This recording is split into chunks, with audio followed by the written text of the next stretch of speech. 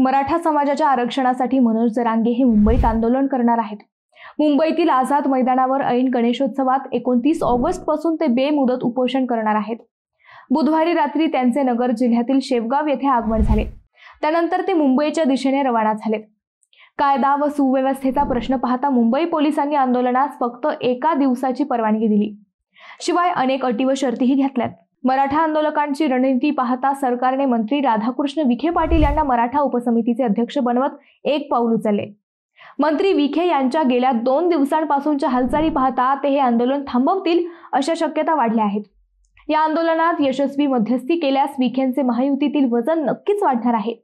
मराठा आंदोलन व विखे यांच्यात नेमकं काय चाललंय याच विषयीचा आमचा हा स्पेशल रिपोर्ट। नमस्कार, मी अद्वैता आणि आपण पाहत आहात अहिल्यानगर लाईव्ह 24, नगरी राजकारणाचं परफेक्ट अनालिसिस।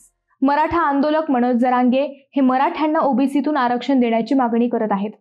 शिवाय हैदराबाद गॅझेट, मुंबई गॅझेट व सातारा गॅझेट सरसकट लागू करावे अशी मागणीही त्यांनी केली आहे।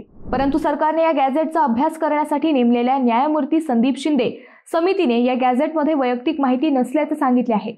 या गॅझेटमध्ये फक्त समाजातील विविध जातींची आकडेवारी असल्याने या आकडेवारीवरून आरक्षण देता येणार नाही असे सरकारचे म्हणणे आहे। या तिन्ही गॅझेटचा अभ्यास सुरू असल्याची माहिती मराठा उपसमितीचे अध्यक्ष राधाकृष्ण विखे पाटील यांनी दिली। विखे पाटील म्हणाले की या तिन्ही गॅझेटमध्ये मराठा व कुणबी समाजाच्या वैयक्तिक नोंदी नाहीत। त्यामुळे हे गॅझेट कसे लागू करता येईल याविषयी चर्चा करायला शिंदे समिती नुकतीच छत्रपती संभाजीनगरला गेली होती। या समितीने जरांगे यांच्यासोबत चर्चा करायला वेळ मागितली होती, परंतु जरांगे या समितीला भेटले नाहीत। गॅझेटचा अभ्यास करण्यासाठी ही समिती यापूर्वी तेलंगणाला गेली होती। तेथील कागदपत्रे तेलंगणा सरकारने या समितीला दिले, परंतु गॅझेट व तेलंगणातून मिळालेले झेरॉक्स यात कोणतीही वैयक्तिक माहिती नव्हती। त्यामुळे जरांगे यांच्या मागणीसाठी व त्यावर अभ्यास करण्यासाठी काही वेळ लागणार आहे।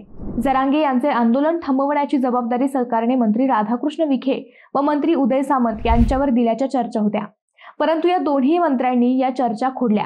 आंदोलकांची तयारी असेल तर आपण चर्चा करायला तयार आहोत असंही मंत्री विखेंनी पत्रकार परिषदेत सांगितलं। दोन्ही बाजूंनी समन्वय साधण्याचा आपण नक्कीच प्रयत्न करू असे आश्वासनही मंत्री विखे यांनी आंदोलकांना दिल्याच्या चर्चा होत्या। सरकारने हा प्रश्न प्रतिष्ठेचा केलेला नाही व यापूर्वीही केलेला नव्हता यावर मंत्री विखे आजही ठाम आहेत। आंदोलन व त्यावरील अटी शर्ती या न्यायालयाच्या आहेत। उच्च न्यायालयाच्या निर्देशाबाबत जरांगे पाटलांना निर्णय करायचा आहे असंही विखेंनी सांगितलंय। दुसरीकडे सरकारशी चर्चा करायची असेल तर ती थेट मुंबईत करू अशी भूमिका जरांगे पाटलांनी घेतली आहे। त्यामुळे मराठा आंदोलक जालन्यावरून थेट मुंबईत पोहोचणार हे नक्की झालंय।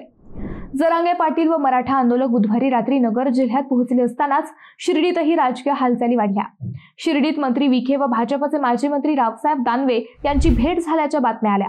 शिर्डीतील शासकीय विश्रामगृहात या दोन्ही नेत्यांमध्ये बंद दाराआड काहीतरी चर्चा झाल्याची माहिती आहे।